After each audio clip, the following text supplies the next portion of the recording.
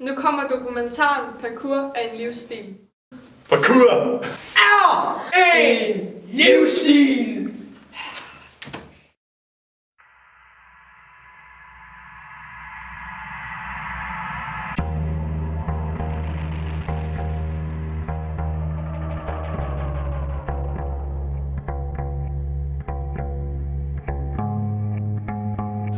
Manden, der opfandt parkour, hed David Bell. Hans far, Raymond Bell, var løjtnant i Vietnamkrigen, og han brugte en metode til at komme hurtigere frem på, som i dag hedder parkour.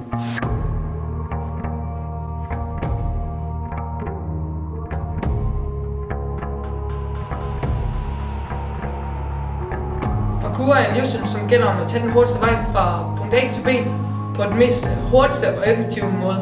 Mange tror, at parkour er det med saltoer, men saltoer er faktisk slet ikke noget med parkour at gøre, så der kommer noget, der hedder freerunning. Freerunning, det er, hvor man selv bestemmer, og der er ingen regler.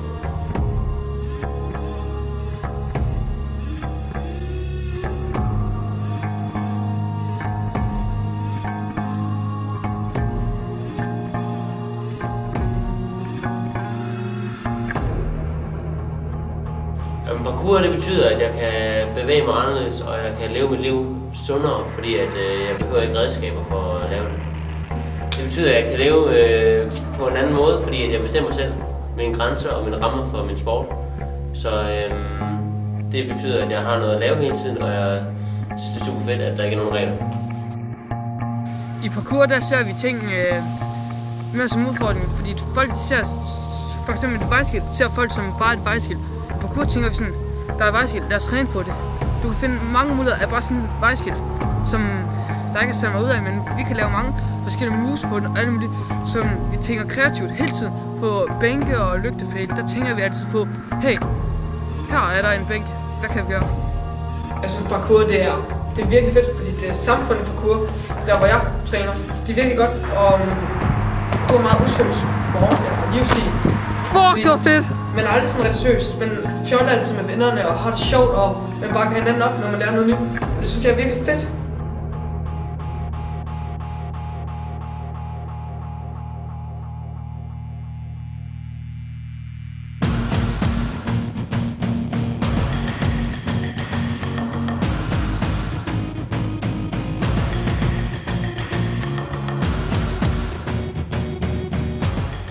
Parkour startede i år 2000. I år 2006 var Team Geo med i et show, der var på TV2, der hed Scene Din. Det var i 2006, og efter det, hvor de vandt Scene Din, kom de sådan lige stille frem til Danmark. Og der var mange, der fik inspiration, og der var mange, så begyndte mange at dyrke det, som jeg begyndte meget at dyrke det, efter jeg så Scene Din. Så der har jeg i hvert fald fået min inspiration fra. Hvad betyder parkour for dig? Parkour, det betyder rigtig, rigtig meget for mig, og har gjort det gennem hele mit liv. For jeg har haft mange forhindringer i mit liv, jeg skulle overkomme, og det har parkour hjulpet mig rigtig, rigtig meget med. Og det har hjulpet mig med en god tilgang til ting, hvordan man skal se, og hvordan man skal være positiv overfor indkommende ting. Så man skal ligesom sige til sig selv, at man kan godt det her, og så starte ud med en positiv attitude. Og det har jeg fået rigtig meget gennem parkour.